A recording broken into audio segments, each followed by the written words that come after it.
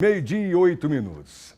Minha gente, um dia importante. 8 de março, Dia Internacional da Mulher. E a gente recebe aqui no estúdio com muita honra, muita gratidão. É uma figura exemplar. Você vai conhecer, se não conhece ainda, a nossa querida vice-prefeita de São Luís, Ismênia Miranda. Seja bem-vindo, um prazer enorme recebê-la aqui no nosso estúdio. Ismênia, que é uma inspiração para muitas mulheres. Eu vou começar perguntando, a senhora nasceu aonde? É de São Luís, é do interior do Maranhão, é de outro estado? Diga pra gente. Bacabal, terra boa, né, de Mearim. Um beijão, inclusive, para quem está assistindo lá de Bacabal. Eu vim para cá com 19 anos. Tinha acabado de passar na universidade, faculdade de História, e vim em 2001, né? Então eu já estou aqui em São Luís há 22, já perto de fazer 23 anos. Quando a gente teve a ideia de entrevistar uma mulher exemplar, eu falei para o nosso editor-chefe, o Pedro, convida alguém que seja inspirador, alguém que possa levar essa mensagem de otimismo, de história, para inspirar as pessoas que estão do outro lado da tela. Muitas mulheres às vezes estão tristes, depressivas, chateadas, magoadas. Problema todo mundo tem. Aí ele falou, Ailton, posso convidar a vice-prefeita? Eu deve, bora lá. Então, por isso essa entrevista também vai ser meio que uma biografia. Por isso eu estou perguntando coisas básicas. Você pode perguntar, mas Ailton, eu a conheço um pouco, não conheço nada. É para inspirar, para você ver que essa história pode também ser a sua, um exemplo de história. Então, a senhora morava no interior do estado, veio para São Luís por conta da faculdade. E chegando aqui, como é que foi? Eu quero que a senhora conte como é que foi de lá para cá se tornar vice-prefeita da capital do Maranhão. Uma história realmente, né? Então, formada em História, graduada. Morei só, inclusive, aqui em São Luís, e para mim foi muito desafiador, porque eu já tinha vindo a São Luís de férias, mas não tinha a menor intimidade com a cidade. Então, aprender a pegar ônibus, aprender a ir para a universidade sozinha, aprender muita coisa só, inclusive a viver só, né? Foi a primeira vez que eu saí de casa. A senhora conhecia alguém aqui na ilha, na cidade? Conheço, mas não para morar junto, né? Entendi. Então eu morei foi realmente só e ter que conviver só ali, Já só tinha com os morado estudos. só antes? Nunca tinha saído de Bacabal para morar. Ou seja, desafio total, mesmo. Porque a total. novidade deixa a gente um pouco, né, receoso, com Amedrontado medo. até. E a família lá, não ficou apreensiva? Ismênia, você vai pra lá, é capital, é cidade grande, será que vai dar certo? Porque tem medo, né? Pois é, a minha mãe, eu sou filha de uma mãe viúva, ficou muito cedo, meu pai morreu em acidente de carro. E assim, 2 dias antes de eu vir, parecia que ela tinha perdido uma filha, chorou um dia todo. Mas era realmente, ela sempre soube, ela sempre me via ali que eu tinha muito que crescer ainda, né? E esse crescer para mim naquele momento era sair da minha cidade, para poder fazer um curso que não tinha lá, pensar numa profissão. Então, isso para ela foi muito dolorido ali no momento, doloroso, na verdade, mas ela sempre colocou na cabeça que era a famosa história de criar os filhos para o mundo, né? Então, foi com consciência isso aí, ela tinha confiança em mim, até porque você deixar um filho sair de casa pela primeira vez com 19 anos e colocar só uma lista de coisas para se pagar e dizer, olha, eu vou depositar esse dinheiro aqui e você toma conta. Desafio para ela também. Muito, né? Mas eu acredito que ela acreditou na criação que ela me deu, sabe? Confiou no que ela depositou em ti. Exatamente. E eu falo mais, não só filho, filha. Exato. Né? Porque a gente sabe que quando é mulher, isso. Né? Principalmente quando é pai, quando é mãe, você tem uma preocupação maior. Então, meu Deus, minha filha vai para a capital, cidade grande. Isso também deve ter deixado ela muito apreensiva, né? Muito, né? Ela, uma mulher de luta, né? Com 2 filhas, mulheres, teve que nos criar sozinhas, sem a presença paterna.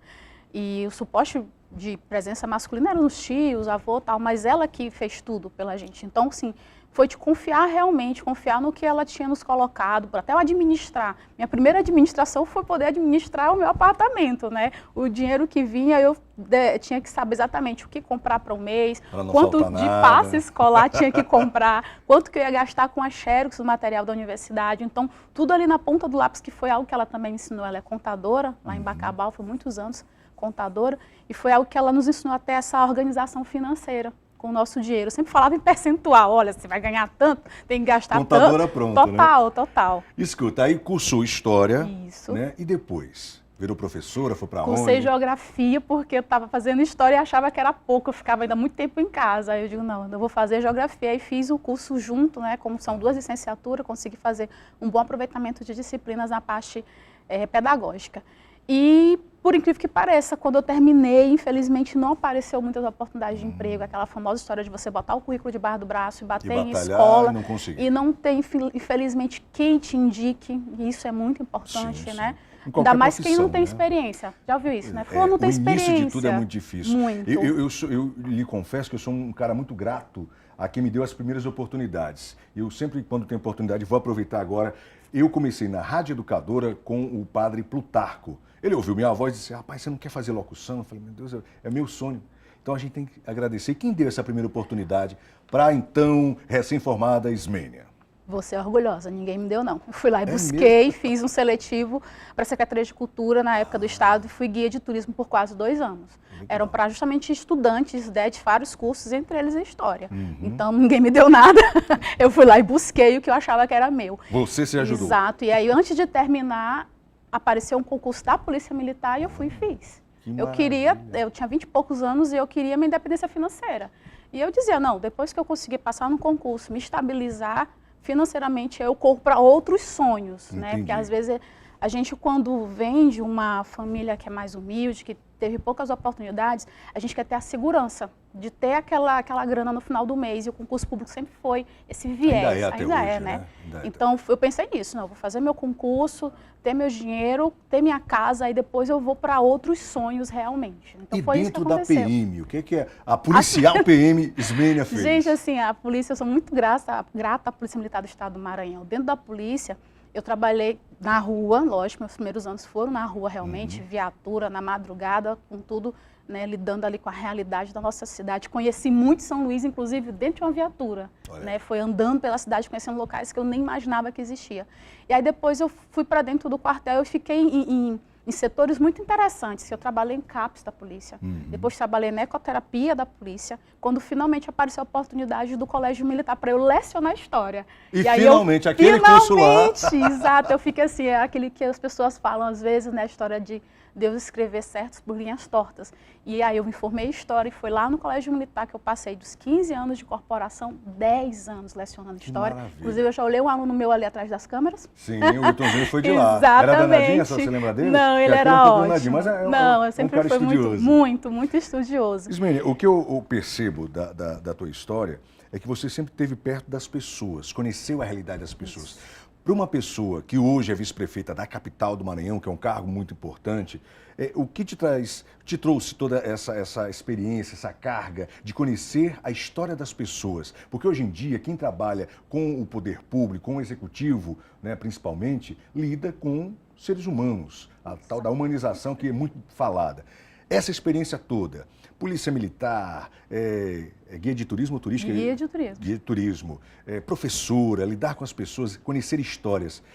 Essa carga toda, essa experiência toda, para o atual cargo que a senhora ocupa, como é que é trazer isso para perto e poder ajudar as pessoas? Foi essencial. Essa é que é a palavra, foi essencial.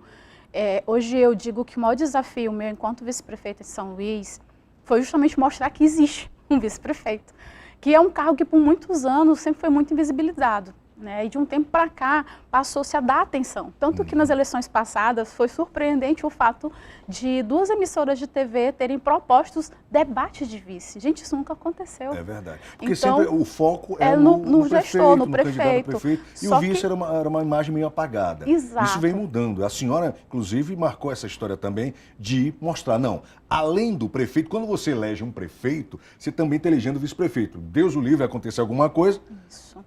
O vice que vai. E aí, você tem que também conhecer quem é que está, né, nessa segunda posição, digamos assim. E também, para além disso, é o representar o chefe de executivo dos vários momentos, que é o que está lá na Constituição e que diz que é a função dos vices, né? Representar esse chefe do executivo, poder estar em vários ambientes em que você vai levar aquela fala do poder executivo. Isso é uma responsabilidade também. Então, ter visibilidade, mostrar que hoje a gente tem um gabinete que recebe as pessoas, que encaminha as pessoas, que é algo que chega, eu digo que o nosso gabinete hoje ele é muito de articulação, apesar de não ser uma secretaria de articulação política, mas é articulação muito comunitária. Então, muitos grupos de comunidade nos buscam com várias demandas, né? E ali a gente direciona demandas específicas para cada secretaria ou até assume uma demanda, que foi uma grande vitória da nossa gestão, nosso prefeito ter criado a Coordenadoria Municipal de igualdade e promoção racial, que não existia em São Luís. Saiu agora no IBGE, nós somos a 5ª cidade mais negra do país.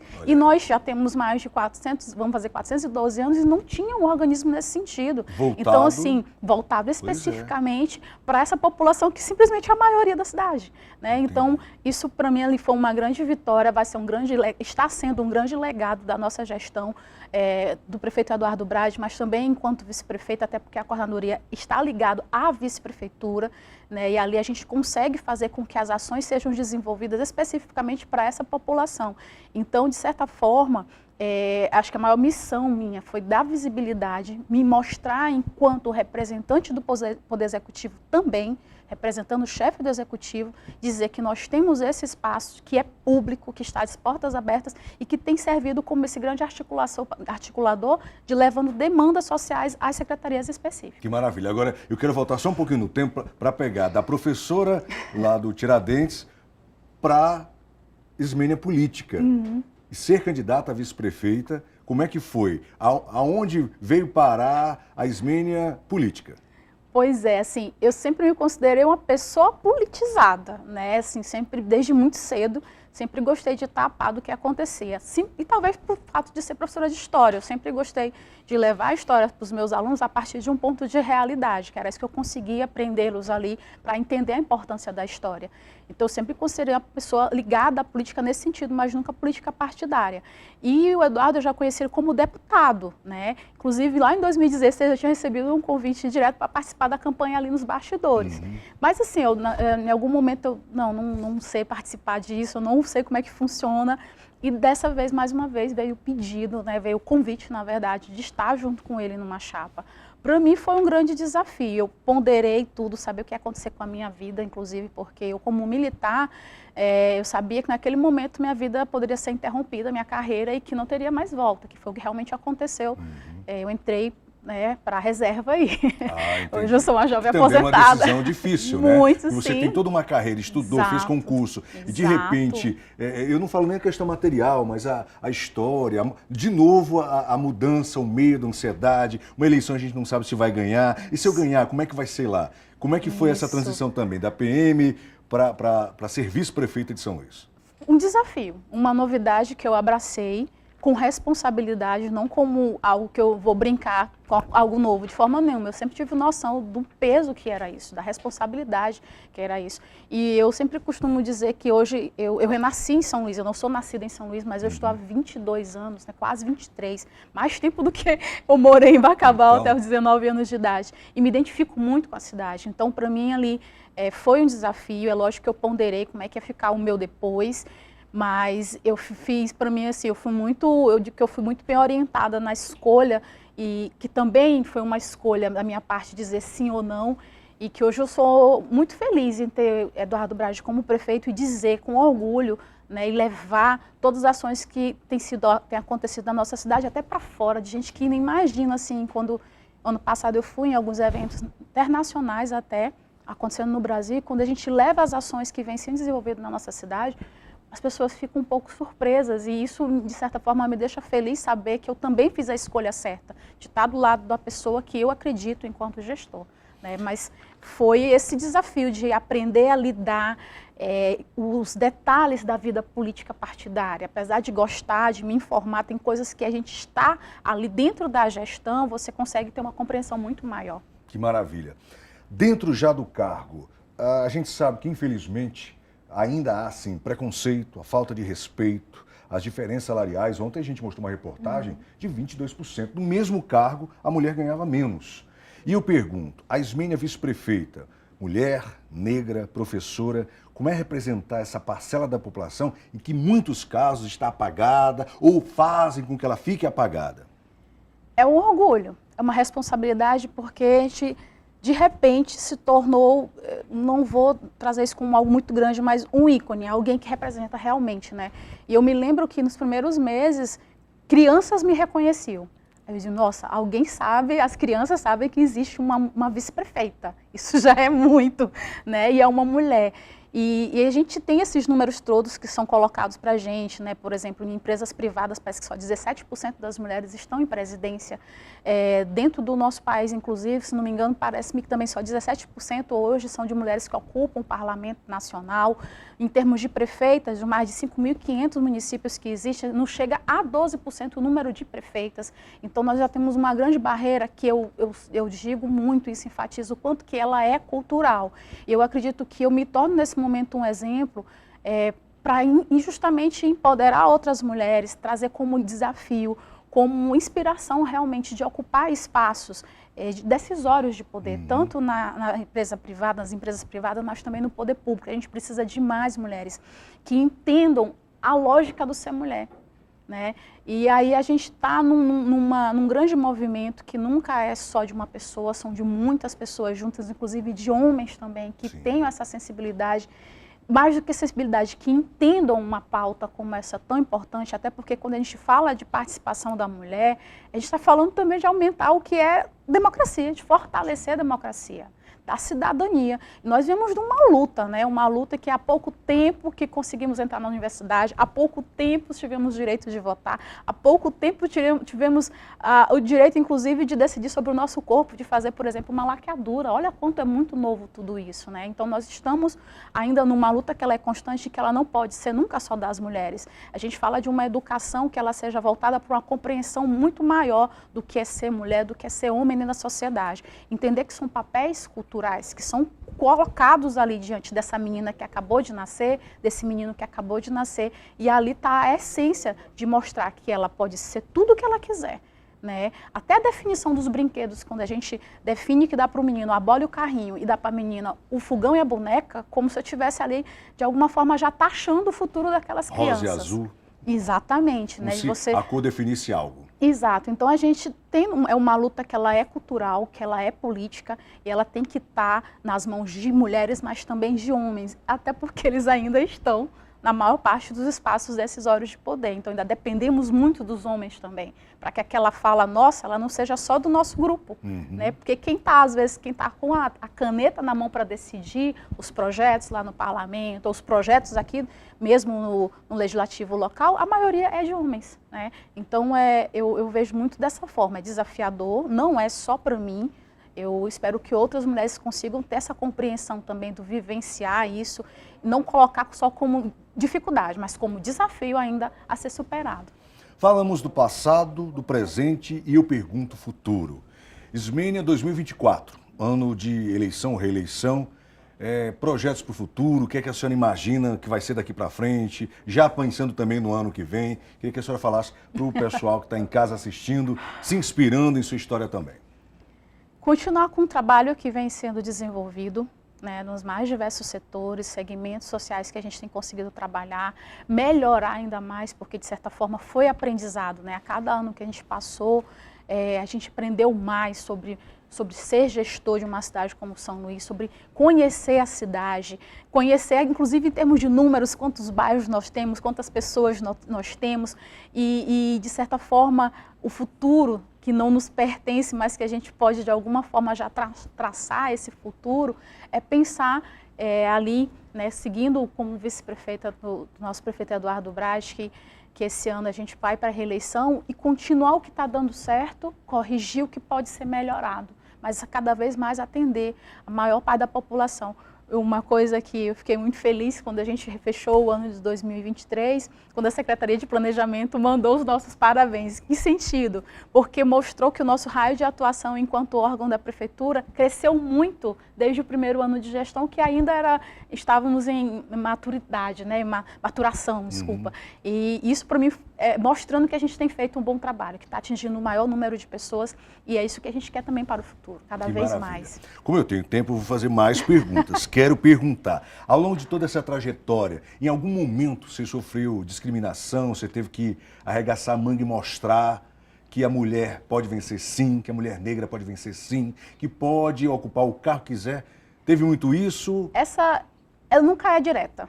Às vezes com os olhares. Nossa, os olhares são danados, né? Os olhares não dizem... diz verbalmente, Mas a expressão representa demais, o contrário. Eu ouvi uma vez num evento que eu fui representar o nosso prefeito, e eu estava num palanque ali, e era só eu de mulher e negra, né? E alguém chegou depois, que já tinha começado o evento, e deu para ouvir quando a pessoa disse, quem é aquela moça ali em cima? Né? E a pergunta é, por que tu não sabe quem é aquela moça lá em cima? Por que ela talvez não poderia estar lá? Mas quem é aquela moça, às vezes quando ele não é verbalizado, eu percebo nos olhares, quando eu sento em certas mesas representando o poder executivo, em que tem gente ali do judiciário, do legislativo, do grande empresariado, e quem nunca me viu olha assim e diz, quem é essa moça? Mesmo que não fale. Como que eu enfrento isso? Eu digo que a gente que é mulher e é negra, a gente tem sempre que ser mais. Estudar mais, ter mais cuidado com o que vai falar. E eu me sinto nessa responsabilidade porque a minha fala ela não é minha naquele momento em que eu estou ali no dispositivo. É uma fala de representação da Prefeitura Municipal de São Luís. Então, algo que eu faço muito é estudar. Assim, lógico que tem áreas que eu consigo, que eu tenho uma propriedade maior para falar, tem outras que eu preciso estudar um pouquinho, porque eu vou usar da fala e tudo que eu disser ali, as pessoas parecem que prestam muito mais atenção, como se eu pudesse, como se o meu espaço de erro fosse muito menor do que da maior parte das pessoas, inclusive dos homens. Cobram isso é cobrado. Esperam que você erre, que você fale, porque você é mulher, porque você é negra, porque se fosse uma mulher ou um homem branco, tudo bem, passa o pano, ele errou. Exato. Mas por ser mulher, negra... A gente não tem o privilégio de errar, sabe? Então, isso aí é um grande desafio para mim, que a minha equipe que me conhece, que me acompanha, sabe. Para todos os lugares que eu vou, eu procuro saber o que vai acontecer, como que eu vou me posicionar, até como eu vou me vestir. Porque, às vezes, o homem usa o mesmo paletó do começo do ano até dezembro, ninguém diz nada. Mas no dia que eu repito uma blusa, alguém vai dizer, nossa, ela só tem aquela blusa. Incrível, então, né? É muito, até nisso é preconceituoso. Até nisso há um ato preconceituoso. Mas Você não pode repetir roupa, meu Deus, a vice-prefeita, aquela roupa, já vi. Que absurdo, como se o que você veste fosse representar algo tão importante quanto a tua fala, a tua atitude. Acontece Mas muito, até na imagem, vida de quem né? não é público. Isso. Né? Mas e a mulher, então, pública. terrível. É isso. Então, às vezes a própria mulher sim. critica a outra. Exato. Verdadeiro exato. absurdo. Em vez de haver a sororidade, não. Olha, fulana... Parece que tem um prazer de falar mal, é incrível. Infelizmente, né? Porque, é como cultural, eu te falo, gente. Exato, essa palavra é muito forte. Tá dentro do sangue das pessoas. Não, dentro do sangue tem plaquetas, não tem isso, é cultural. Alguém ensinou, não está dentro do sangue, não está na alma, foi assim colocado que você é ensinado a ser assim. Né? O grande pensador já dizia, né? Se ensina-se o ódio, pode se ensinar também a amar. Então, eu sempre sou contra nessa questão, nada disso é natural, é naturalizado, é diferente, mas não é natural. Então, esses desafios que eu te coloco, sabe? Como que eu enfrento isso? Como que eu enfrento os olhares, sabe? De ter num corredor em que tá todo mundo me olhando, que eu não posso nem imaginar e tropeçar naquele salto alto. Porque senão... Eu vou, caminho para frente, olho, eu digo, eu tenho que sentar bem ali. Ali é o meu lugar e ninguém vai me tirar dele. Aquele é o lugar que eu mereço e outras como eu merecem ocupar esse espaço. Eu estava te ouvindo agora, me lembrei de uma apresentadora de TV, que era de uma outra emissora, foi contratada por uma TV pública e foi vazado o salário dela, 70 mil. E o rapaz do podcast perguntou, fulana, você vai ganhar 70... A pergunta dele já foi preconceituosa. Você vai ganhar 70 mil? Você não acha que esse salário é muito alto? Ela virou para ele e disse, é merecimento. Eu faço televisão há 40 anos, eu não pedi emprego, eles me escolheram e eles ofereceram esse salário. O que eu tenho não é luxo, é merecimento. Eu achei essa frase dela icônica porque se fosse um homem, fulano devia ganhar mais, pensei que ele fosse ganhar mais. Não, mulher, você vai ganhar tudo. A pergunta dele já foi preconceituosa. Sim. Por que ela não pode ganhar os 70 mil? A pergunta é por que eu não poderia ganhar? Pois né? Então, é algo que a gente enfrenta. Né? Eu uso a minha fala, eu uso todo a minha vivência enquanto mulher negra, o que eu aprendi, o que eu continuo aprendendo. Eu sou uma leitora assídua, eu leio, eu discuto, eu gosto de entender de certas questões específicas. Então, é justamente o perguntar, por que eu não mereço estar aqui? Já quando se pergunta, o que tu estás fazendo aí, por que não estaria? Essa é uma pergunta que a gente tem que fazer como resposta. Por que eu não estaria? O que eu tenho que me desmerece estar no lugar que eu ocupo hoje, sabe? Então, para mim, foi um grande desafio me fazer ouvir, ser ouvida, né? E dizer que não precisamos só de mais representantes, precisam estar nos espaços cada vez mais. E aí você realmente, como eu ouvi da ministra Carmen Lúcia uma vez lá em Brasília, né? Quanto maior participação, os mais diversos segmentos, tanto de gênero e raça, mais perto a gente está de uma democracia plena. Que maravilha. Professor, é isso, é aula. Acabamos de aprender mais um pouquinho. Para encerrar, eu queria que a senhora deixasse sua mensagem como mulher, como professora, como negra, como vice-prefeita, especificamente as mulheres nesse Dia Internacional da Mulher. Lógico, tem uma data, mas a gente sabe que todo dia é dia de luta. Para encerrar, sua mensagem às mulheres, não só Ludovicense, a gente tem um sinal que chega a todo o Maranhão. Nesse dia especial, a senhora que tem uma história inspiradora, a gente nessa meia hora de conversa percebeu isso, que não é fácil, porque às vezes a pessoa, a Ismênia é vice-prefeita, ela é vice-prefeita, e não conhece a história até aonde está chegando e aonde vai chegar.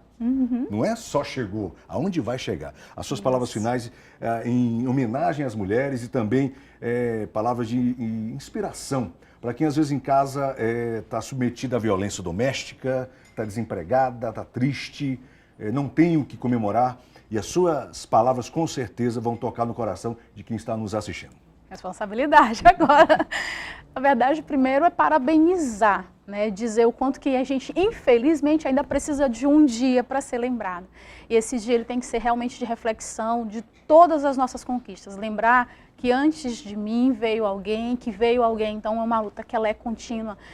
E nós não temos o privilégio de simplesmente parar, né? Nós temos que continuar essa luta. Então, você, mulher que me ouve nessa manhã, se olhe no espelho, olhe-se no espelho, veja quem você realmente consegue ver através daquele espelho, né? Ver toda a sua história refletida naquele espelho, o quanto que o seu potencial talvez possa até estar apagado ou estar diminuído, mas que você não pode deixar isso, né? Nós temos uma garra que ela sim é muito natural, né? Essa garra feminina que se coloca de estar à frente. Nós somos as gestoras de nossas vidas, às vezes de nossas casas, da vida de nossos filhos. Nós podemos muito mais. E eu, inclusive, agradeço a oportunidade, porque hoje estar vice-prefeita fez eu desenvolver potencialidades que nem eu sabia que tinha. Que maravilha. Sabe? Então, é isso. Se olha no espelho, vê tudo que tu conquistaste até agora e o quanto mais isso pode vir a melhorar a tua vida, a vida de quem vem depois de você.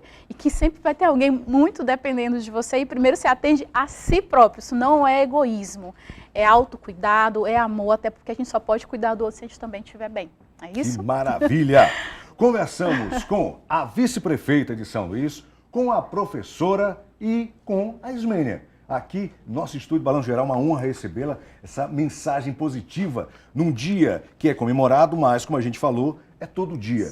É dia, sim, de pensar, refletir e saber que a gente foi criado para ser feliz, independente da cor, independente do gênero, do cargo, da profissão. Você pode ser boa no que fizer, do mais simples ao mais complexo, independente do cargo. E essa entrevista vem reforçar isso, esse abrir de mentes, não só das mulheres, principalmente de nós homens, que às vezes temos sim aquele preconceito intrínseco ali e que acha que não, mas porque tem, infelizmente tem. E a gente tem que mudar isso, e a partir de dentro de casa, da criação dos filhos. Exato. E essa conversa foi muito boa justamente para isso. Porque o papel de uma emissora de TV, de um veículo de comunicação, é informar, é educar, é entreter, é levar mensagens para que a gente possa mudar, sim, o que está errado e que pode se melhorar a cada dia. Muito obrigado pela entrevista. Sucesso aí nessa nova empreitada que vai chegar. Obrigada. E que a continuidade do serviço seja essa, de excelência, de importância ao próximo. Isso. Muito obrigada mais uma vez pela oportunidade. Certíssimo.